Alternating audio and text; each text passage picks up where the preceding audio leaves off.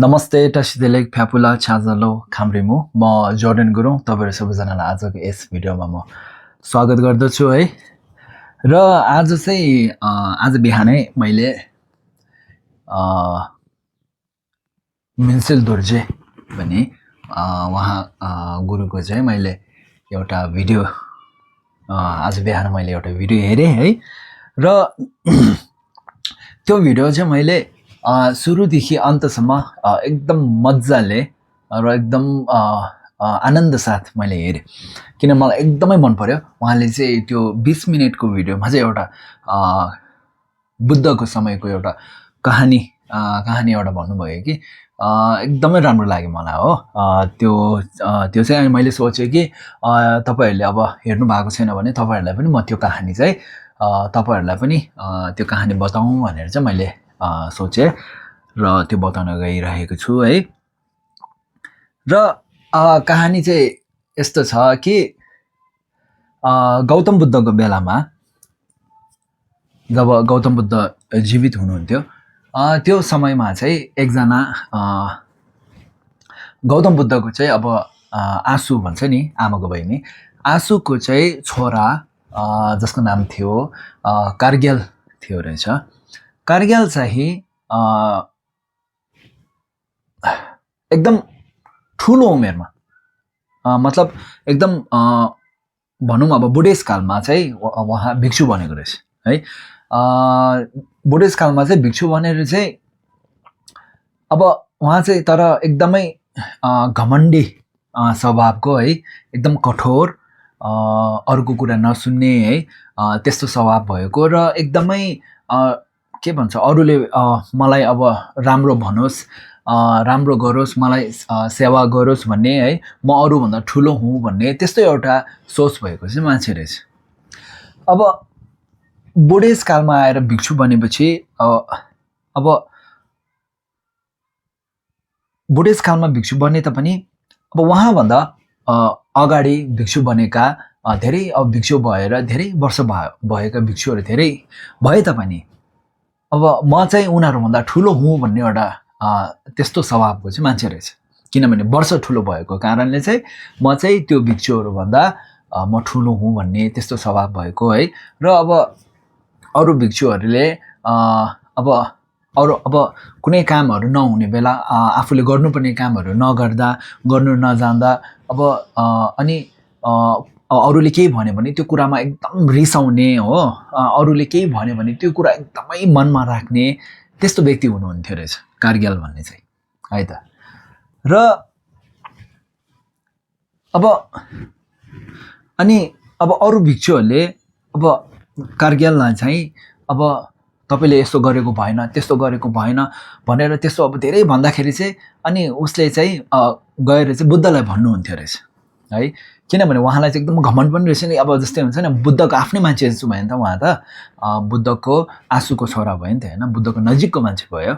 र उहाँले चाहिँ अब गौतम बुद्धको भएको ठाउँमा गएर चाहिँ गौतम बुद्धलाई सुनाउनुहुन्थ्यो रहेछ कि मलाई अरूहरूले हेप्दो रहेछ हो, अरूहरूले मलाई यस्तो भन्यो त्यस्तो भन्यो है भनेर चाहिँ कुरा सुनाउनुहुन्थ्यो रहेछ।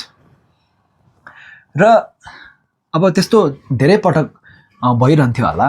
र एक दिन चाहिँ फेरि त्यस्तो केही कुरा भएछ कि अब कार्ग्याललाई चाहिँ अरू भिक्षुहरूले अब गाली गर्यो अथवा केही भन्यो होला होइन, तिमीले यस्तो गरेको भएन, त्यस्तो गरेको भएन, तिमीले यस्तो गर्नुपर्छ त्यस्तो गर्नुपर्छ भनेर भन्दाखेरि चाहिँ अब ऊ एकदम रिसाएर चाहिँ कार्ग्यालले चाहिँ म अब तिमीहरूलाई चाहिँ म होइन गौतम बुद्धलाई म सबै कुरा भन्छु होइन, तिमीहरूले मलाई हेप्दो रहेछ यस्तो यस्तो रहेछ भनेर चाहिँ गएछ भन्न। अब कार्ग्याल त्यसरी भन्न जाँदाखेरि चाहिँ अरू भिक्षुहरूले पनि ला अब यसले चाहिँ गौतम बुद्धलाई के नै भन्छ होला भनेर चाहिँ उनीहरू पनि सँगै गएछ होइन।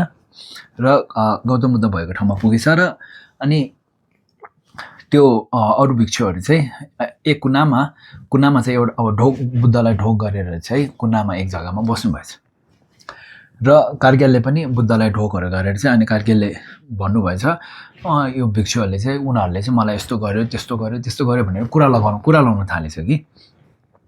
अनि बुद्धले अब उनीहरूलाई पनि त्यो भिक्षुहरूलाई पनि सोध्नुभयो होला कि तिमीहरूले किन यस्तो गरेको, किन यस्तो गरेको, किन कराएको, किन गाली गरेको, यस्तो भन्दाखेरि अब त्यो भिक्षुहरूले पनि भनेछ अब कार्गेलले यस्तो यस्तो गल्ती गर्यो होइन, कार्गेलले यस्तो यस्तो कामहरू गरेन, त्यही भएर हामीले यस्तो यस्तो भन्यो भनेर भनेछ। अनि बुद्धले अनि कार्गेललाई भन्नुभएछ, अनि तिमी आफैले त काम बिगारेछौ भनेर हुन्छ नि, तिमीले चाहिँ यस्तो गर्नु नहुने, आफ्नो कामहरू राम्रो गर्नुपर्छ, यस्तो यस्तो अब भनेर चाहिँ भन्नुभएछ। र अनि साथै त्यो कुनामा बसेको भिक्षुहरूले भनेछ कि कार्गेल त जति भने पनि मान्दैन है, एकदम कठोर खाले मान्छे रहेछ, जति भने पनि मान्दैन भनेछ भन्नुभएछ। अनि त्यसमा चाहिँ बुद्धले भन्नुभएछ कि त्यो कुरा सही हो, कार्गेल एकदम मान्छे यो कठोर भएको चाहिँ यो जुनीमा मात्र होइन, पहिले जुनीमा पनि ऊ यस्तै थियो भनेर चाहिँ भन्नुभएछ। अब त्यसमा चाहिँ अनि बुद्धले भन्नुभएछ कि ल सुन, तिमीहरूलाई चाहिँ म कार्गेलको पहिलो जुनीको पूर्व जुनीको कहानी सुनाउँछु, पूर्व जुनीमा ऊ कस्तो थियो भनेर त्यसको कहानी सुनाउँछु भनेर चाहिँ अनि पूर्व जुनीको कहानी सुनाउन थाल्नुभएछ। र अब पहिला अब केही वर्ष अगाडि, यानि अब केही जुनी अगाडि भनौँ, पहिलो जुनीमा अगाडि पूर्व जुनीमा चाहिँ एउटा योगी हुनुहुन्थ्यो रहेछ है, जसको नाम चाहिँ धेपाल भन्ने एउटा योगी हुनुहुन्थ्यो रहेछ। र त्यो धेपाल भन्ने योगी चाहिँ अब पहाडमा अब धेरै महिनासम्म ध्यान तपस्या गरेर चाहिँ अनि तल अब मानौँ अब तल कुन ठाउँ भन्दै थियो, वाराणसी भने जसलाई हो, बनारसमा चाहिँ तल झर्नुभएछ पहाडदेखि। अब त्यहाँ बनारसमा गएर चाहिँ अब बनारसमा चाहिँ उहाँले एउटा के भन्छ, अब बनारसमा पुगेर चाहिँ उहाँले अब बनारसको मान्छेलाई सोध्नुभएछ कि अब योगीहरू आउने बेला, भिक्षुहरू आउने बेला चाहिँ यता बास बस्ने ठाउँ कता छ भनेर चाहिँ सोध्नुभएछ है।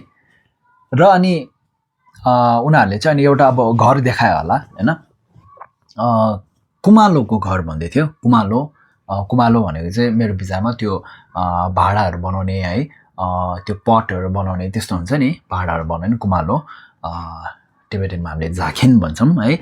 र कुमालोको एउटा ठुलो अब सायद अब गोदाम जस्तो एउटा फ्याक्ट्री जस्तो एउटा थियो होला, ठुलो घर। त्यहाँ चाहिँ गएर चाहिँ अनि योगी धेपालले चाहिँ सोध्नुभएछ कि मलाई आज यहाँ बास बस्न मिल्छ भनेर सोध्नुभएछ। अनि अब त्यो समय अब त्यो गोदाम यानि त्यो फ्याक्ट्रीमा, त्यो घरमा चाहिँ अब कामहरू पनि नभएकोले चाहिँ कुमालोले भन्नुभएछ कि अवश्य हुन्छ, तपाईँ अब जता बस्नुभयो पनि हुन्छ, यहाँ ठाउँ खाली छ भनेर भन्नुभएछ। र त्यही समय फेरि अर्को एकजना योगी आउनुभएछ जसको नाम चाहिँ नरद थियो रहेछ। नरद भन्ने योगी पनि अब आउनु भएर चाहिँ अब बास बस्न मिल्छ भनेर सोध्नुभएछ है। र अनि त्यो कुमालोले भन्नुभएछ कि अघि पहिले नै एउटा योगी आइसक्नुभयो हो, अब तपाईँ बरु उहाँसँग कुरा गर्नुहोस्, तपाईँ दुईजना सँगै बस्दा हुन्छ भने तपाईँ दुईजना सँगै बस्नु भए पनि हुन्छ भनेर चाहिँ भन्नुभएछ। र अब यो नरद भन्ने योगीले चाहिँ अनि गएर धेपाल भन्ने योगीलाई सोधेछ कि गुरु भनेर बोलाउनु भएछ है, गुरु कि म यहाँ आज बास बस्दा मिल्छ है, हामी दुईजना चाहिँ अब सँगै यो घरमा बास बस्दा तपाईँलाई केही अप्ठ्यारो त हुँदैन नि भनेर बस्न मिल्छ भनेर चाहिँ सोधेछ। र योगी धेपालले भन्नुभएछ हुन्छ, अवश्य हुन्छ, यस्तो ठुलो घर छ हो, तपाईँ त्यहाँ एक जग्गा बस्नु, म एक जग्गा बस्छु, हुन्छ भनेर भन्नुभएछ। र अब राति अब दुईजना यताउता एकअर्का अब कुराहरू गऱ्यो होइन, एकअर्काको परिचय दियो है, कहाँबाट आएको कस्तो हो सबै परिचयहरू गरिसकेर चाहिँ राति सुत्ने बेला, अब त्यो जमानामा सायद लाइट पनि थिएन होला होइन, अनि जे होस् राति अब अँध्यारोमा चाहिँ सुत्ने बेला चाहिँ अब योगी नरदले चाहिँ अब राति अब उठेर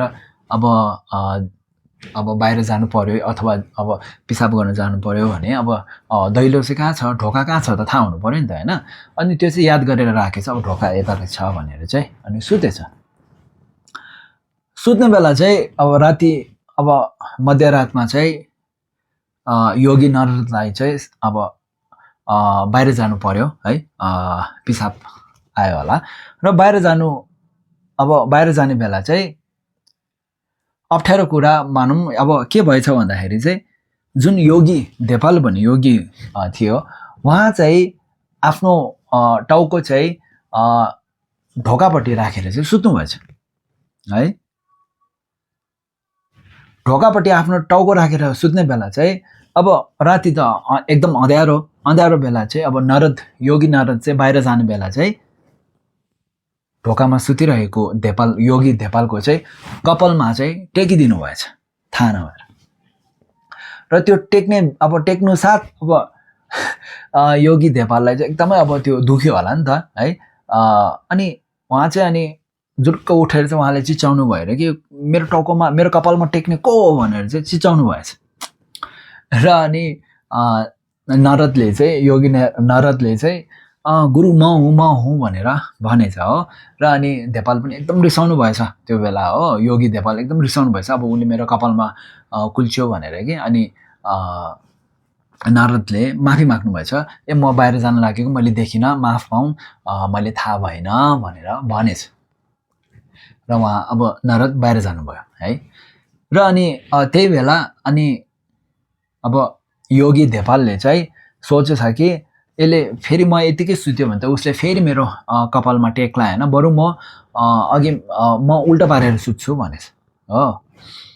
अघि जहाँ मेरो खुट्टा थियो त्यहाँ म टाउको राख्छु, जहाँ मेरो टाउको थियो त्यहाँ चाहिँ म खुट्टा राख्छु भनेर उल्टो पारेर सुत्नु भएछ। र जब योगी नारद चाहिँ अब बाहिर पिसाब गरेर फर्किनु भयो त्यो बेला चाहिँ अब उहाँले सोच्नु भएछ कि म फेरि यही ढोकाबाटै गयो भने त फेरि मैले योगी देपालको चाहिँ मैले कपालमा टेकी पठाउँछु होला हो। अब योपालि चाहिँ म जहाँ उहाँको खुट्टा छ अब त्योपट्टिबाट चाहिँ म जान्छु भनेर चाहिँ त्यहाँपट्टिबाट जानु खोज्ने बेला अब त्यहाँ त योगी देपालको अब फेरि उल्टो पारेर सुतिरहेछ हो। त्यहाँ त उहाँको टाउको चाहिँ अब पहिलो खुट्टा राखेको ठाउँमा त अहिले उहाँको टाउको हुनुहुन्छ नि त।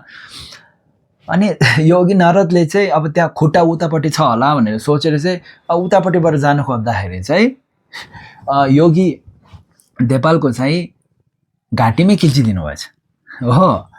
र त्यसपछि त झन् गुरु अब त्यो के भन्छ योगी देपाल चाहिँ एकदमै रिसाउनु भएछ है। तिमीले अघि मेरो कपालमा किल्छ्यौ, अब अहिले फेरि मेरो घाँटीमै किल्चिदेऊ, एकदम रिस उठेछ क्या उहाँलाई चाहिँ। र उहाँले चाहिँ म तिमीलाई नराम्रो श्राप दिन्छु भनेर भन्नुभएछ योगी देपालले है त। अनि योगी नारदले भन्नुभएछ होइन गुरु मलाई माफ गरिदिनु होइन, मैले थाहा पाएन, मैले त झन् तपाईँको अब कपालमा नकिचियोस् भनेर उतापट्टि जानु खोजेको, तपाईँ त झन् उतैपट्टि फर्केर सुत्नु भएछ भनेर पुरा माफी माग्नु भएछ हो। तर पनि अब योगी देपाल चाहिँ एकदमै रिसाउनु भएछ होइन, तँलाई म जसरी भए पनि तँ चाहिँ एकदम हुन्छ नि अब फटा खाले, तँ योगी पनि होइन होला, तँ एकदम फटा जस्तो रहेछ हो, तँलाई त म श्राप दिन्छु भनेर। अब भन्छ नि त त्यो योगीहरूको त अब श्राप लाग्छ भनेर भन्छ नि त हो। अन्त के श्राप दिएछ भन्दाखेरि योगी देपालले भोलि बिहान होइन घाम लाग्ने बित्तिकै घाम उदाउने बित्तिकै तिम्रो टाउको चाहिँ सात टुक्रा भइजाओस् भनेर त्यस्तो श्राप दिनुभएछ। र अब योगीहरूको चाहिँ यस्तो हुन्छ अरे कि यदि अब मानौँ म योगी हुँ है र अर्को एकजना योगी छ, मैले त्यो अर्को योगीलाई श्राप दिने बेला यदि त्यो योगी मभन्दा शक्तिशाली छ भने मैले दिएको श्राप चाहिँ मलाई नै फर्किन्छ भनेर फर्किने त्यस्तो हुँदो रहेछ अरे पहिलातिर है। र त्यो जुन श्राप दिने योगी छ योगी देपाल, उहाँभन्दा पनि योगी नारद भन्ने योगी चाहिँ शक्तिशाली रहेछ नि त। त्यही भएर चाहिँ अब योगी नारदलाई थाहा भएछ कि ला अब उसको श्राप त मलाई त लाग्दैन, उसको श्राप उसैलाई लागिजान्छ। अब भोलि बिहान अब घाम उदायो भने, सूर्य उदायो भने त, घाम लाग्यो भने त देपालको त योगी देपालको टाउको त 7 टुक्रा भइजान्छ भनेर चाहिँ उहाँले बुझ्नुभयो। र उहाँ चाहिँ अब योगी नारद चाहिँ एकदमै अब करुणा भएको, दया माया भएको त्यस्तो योगी हुनुहुन्थ्यो रहेछ हो। र उहाँले चाहिँ एकदम अब उहाँ एकदम शक्तिशाली र उहाँले चाहिँ अब एकदम तपस्यामा अब ध्यान तपस्यामा बस्नु भएर चाहिँ बिहान अब घामलाई उदाउनै दिएन रहेछ हो। तपस्यामा बस्नु भएर चाहिँ घाम नै नउदाउनु, अब घाम उदाउनै दिनु भएन रहेछ हो। अनि घामै नउदाएपछि चाहिँ अब पछि अब यताउता गरेर थाहा भयो होला, अब त्यो गाउँको राजालाई थाहा भएछ कि अब गुरु धेपालले चाहिँ गुरु नारदलाई, योगी नारदलाई यस्तो श्राप दिएको रहेछ। त्यो श्राप उसैलाई फर्किने भएको कारणले चाहिँ अब गुरु नारदले चाहिँ अब घामलाई रोकिराखेको रहेछ भनेर कुराहरू थाहा पाएछ। र राजाले चाहिँ अब योगी धेपाललाई भनेछ कि तिमीले हैन, तपाईले चाहिँ अब योगी नारदलाई चाहिँ माफी माग्नु भन्नुभएछ है। माफी माग्नु भन्दा पनि एकदम अब त्यो के भन्छ त्यो योगी धेपाल चाहिँ एकदम मान्छे कठोर रे के, मान्छे एकदम कठोर मान्छे। अनि उहाँले चाहिँ टाउको हल्लाउनु भयो अरे कि म माफी माग्दिनँ भनेर कि हो। म माफी माग्दिनँ भनेर चाहिँ टाउको हल्लाउनु भयो अरे, एकदमै कठोर मान्छे थिए अरे नि त। अनि अब त्यसमा अब माफी पनि अब माग्नु भएन रहेछ। अनि अब राजाले अब राजा भयो, अब त्यो गाउँको मान्छेले धेरै अब अनुरोध गरेपछि चाहिँ अब योगी नारदले चाहिँ ठिकै छ अब म घामलाई सूर्य उदाउन दिन्छु भने अब रोक्दिनँ भनेर चाहिँ भन्नुभएछ। तर अब घाम उदायो भन्दा फेरि योगी धेपालको चाहिँ अब टाउको चाहिँ 7 टुक्रा भइजान्छ नि त होइन। त्यो सोचेर चाहिँ अनि अब योगी नारदले चाहिँ के उपाय निकाल्नु भएछ भने योगी धेपाल तिमी पानीभित्र बस्नु हो, पानीभित्र डुब्की लाउनु। त्यो बेला चाहिँ अनि आफ्नो टाउकोको माथि चाहिँ एउटा माटोको डल्लो राख्नु भनेर भन्नुभएछ। अब माटोको डल्लो राखेर चाहिँ त्यो अनि तलमाथि जस्तो गर्नु भन्नुभएछ। त्यो गर्दाखेरि चाहिँ घाम सूर्य उदाउने बेला चाहिँ सूर्यको किरण चाहिँ त्यो माटोको डल्लोमा परेर चाहिँ माटोको डल्लो चाहिँ 7 टुक्रा भएछ नि त। तर योगी धेपाललाई चाहिँ केही भएन, योगी धेपाललाई केही असर भएन। तर पनि अब त्यस्तो हुँदा पनि योगी धेपालले चाहिँ अब योगी नारदलाई माफी पनि नमागिकन त्यही पानीमा डुब्की लाउँदै चाहिँ अब पौडी खेल्दै हो कि कस्तो उहाँ चाहिँ भागेर जानुभएछ। यो चाहिँ र बुद्धले भन्नुभएछ कि यो त बुद्धले कहानी भन्नुभएको नि। अब बुद्धले भन्नुभएछ कि त्यो जुन कहानीमा भएको योगी धेपाल छ हो त्यो चाहिँ अहिलेको यो हाम्रो भिक्षु कारगिल भन्ने चाहिँ वहीँको अब उहाँको चाहिँ उसको चाहिँ पहिलो जुनीमा पनि उहाँ एकदमै कठोर मान्छे थियो र अहिले जुनीमा पनि ऊ यस्तै छ भनेर चाहिँ भन्नुभएछ। र अब र त्यो बेला जुन त्यो गाउँको वाराणसीको राजा थियो, त्यो राजा चाहिँ अनि अहिलेको समयको हाम्रो कुङ्गावो हुन्छ नि आनन्द उहाँ हो भनेर भन्नुभएछ। र जुन योगी नारद भन्ने थियो, जुन चाहिँ योगी धेपाल भन्दा पनि शक्तिशाली, त्यो नारद भन्ने योगी चाहिँ म हुँ भनेर चाहिँ बुद्धले भन्नुभएछ। र अनि अन्तमा के भन्नुभएछ भने अब त्यही कि अब हामीले रिस गर्नु हुँदैन भनेर चाहिँ बुद्धले अब रिस गर्नु हुँदैन है, अरूको कुरा मनमा राख्नु हुँदैन भनेर चाहिँ उपदेश दिनुभएछ। र त्यसैले अब जस्तै अब कसैले मलाई हेप्यो है, कसैले मलाई असर पुर्यायो, कसैले मलाई लुट्यो, कसैले मलाई हरायो भनेर चाहिँ त्यस्तो मनमा नराख्नु भनेर चाहिँ उपदेश दिनुभएछ। त्यस्तो मनमा राखिराख्दाखेरि चाहिँ हाम्रो आफ्नै मन अशान्ति हुने है, अशान्ति हुने, अब रिस फैलिएर जाने र त्यसको फल नराम्रो, त्यसको कर्मको फल चाहिँ अब आफूले दुःख भोग्ने त्यस्तो हुन्छ भनेर चाहिँ उपदेश दिनुभएछ। र अनि अब अन्तमा चाहिँ अब सम्बन्धको बारेमा चाहिँ अब गुरु मिन्सेल दोर्जेले चाहिँ सम्बन्धको बारेमा एउटा एकदम मिठो कुरा भन्नुभयो। मैले कहिले सुनेको थिइनँ यो कुरा हो, मलाई एकदमै मन पर्यो, त्यसैले पनि मैले तपाईँलाई यो भिडियो भनेको। अन्तमा उहाँले सम्बन्धको बारेमा के भन्नुभयो भने जस्तै मानौँ अब जुनैसुकै सम्बन्ध होस् है त, जस्तै गुरु र शिक्षकको सम्बन्ध होस्, दाजुभाइ दिदीबहिनी बुवा आमा है, आमा बुवा र छोराछोरीको सम्बन्ध, गुम्बामा बस्ने ठुलो लामा र सानो लामाको सम्बन्ध है, बुढा र बुढीको, श्रीमान श्रीमतीको सम्बन्ध, सम्बन्ध कस्तो हुनुपर्छ रे भन्दा 2 हात जस्तो हुनुपर्छ अरे। एकदमै राम्रो लाग्यो यो मलाई। मानौँ हाम्रो अब जस्तै हामीले कुनै एउटा भित्तामा एउटा अब किल्ला काटी ठोक्नु पर्ने छ भने एक हातले हामीले काटी समात्छौँ होइन, किल्ला समात्छौँ र एक हातले हम्मर समातेर हामीले हिर्काउँछौँ नि, त्यसरी हामीले किल्ला ठोक्छौँ। अब त्यो किल्ला ठोक्दै गर्ने क्रममा यदि अब झुकेर अथवा जाने नजाने चाहिँ हाम्रो हातमा लाग्यो भने, यो किल्ला समातिराखेको हातमा लाग्यो भने चाहिँ के हुन्छ? अब यो किल्ला समातिराखेको हातले चाहिँ त्यो हम्बर मलाई देऊ, म पनि तिमीलाई हिर्काउँछु होइन, म पनि तिमीलाई हिर्काउँछु, अनि तिमीलाई पनि थाहा हुन्छ कि मलाई कस्तो महसुस भयो भने तिमीलाई पनि थाहा हुन्छ भनेर हिर्काउँदैन नि होइन र। र बरु अझै जुन अब हातले हिर्कायो, जुन हम्बर समातेको हातले हिर्काएको थियो, त्यही हम्बर समाएको हातले चाहिँ मायाले चाहिँ यसरी हामीले मसाज गर्छौँ नि, अब होइन माया गर्छौँ नि त, ला दुख्यो भनेर कि यहाँ दुख्यो भनेर चाहिँ मसाज गर्छौँ। हो त्यस्तै हुनुपर्छ अरे सम्बन्ध भनेको। हामीले जानी नजानी कुनै बेला आफ्नो मान्छेलाई, यानि आफूलाई माया गर्ने मान्छेलाई, आफूलाई राम्रो गर्ने मान्छेलाई चाहिँ हामीले चोट पुर्याउँछौँ नि जानी नजानी। त्यो बेला चाहिँ जसलाई चोट पुगेको छ त्यसले पनि तिमीलाई पनि म चोट पुर्याउँछु भनेर चोट पुर्यायो भने त त्यो सम्बन्ध त टुटेर जान्छ नि त है। त्यसैले चाहिँ अब 2टा हात जस्तो हुनुपर्छ अरे सम्बन्ध भनेको।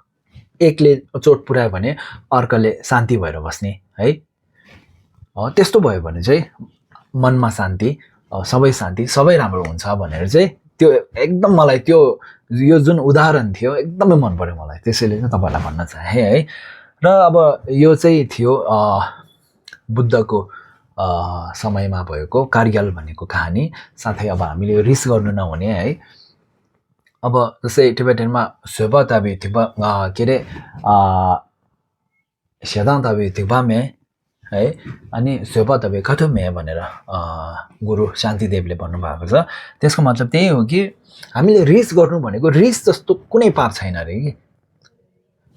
हामीले एकचोटि नराम्रो रिस उठ्यो भने चाहिँ त्यो रिसले चाहिँ हामीले जुनीदेखि हामीले कमाएको पुण्य चाहिँ हराइजान्छ, मेटिजान्छ भनेर भन्नुभएको छ। र त्यसै गरी यदि तपाईँमा सहनशीलता, यानि तपाईँमा सहनु सक्ने क्षमता छ भने, जस्तै मानौँ कसैले हामीलाई एकदम रिस उठाइरहेको छ भने त्यसमा हामीले एकदम सोचेर बुझेर हामीले सहेर बस्यो भने चाहिँ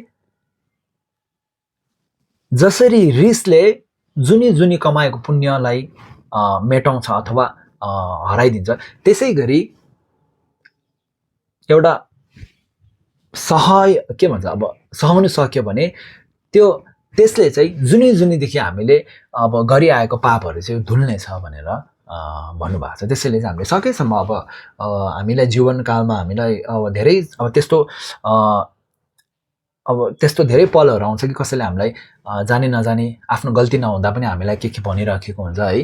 त्यसमा चाहिँ हामीले मनमा राख्नु नहुने रहेछ त्यो कुराहरू है, मनमा नराख्ने है, गएर फेरि बोल्ने मिल्ने है, त्यस्तो गऱ्यो भने चाहिँ एकअर्कालाई शान्ति हुने रहेछ भनेर भन्न चाहन्छु। हस् त, अनि यो चाहिँ थियो अब मैले अघि सुरुमै भने चाहिँ त्यो गुरु मिन्सिल चाहिँ उहाँको त्यो भिडियो हेरेर चाहिँ मलाई एकदमै खुसी लाग्यो, एकदम आनन्द भयो। त्यसैले म तपाईँहरूलाई भन्न चाहेँ र त्यसरी म भनेको हुँ है। हस् त, अनि धन्यवाद।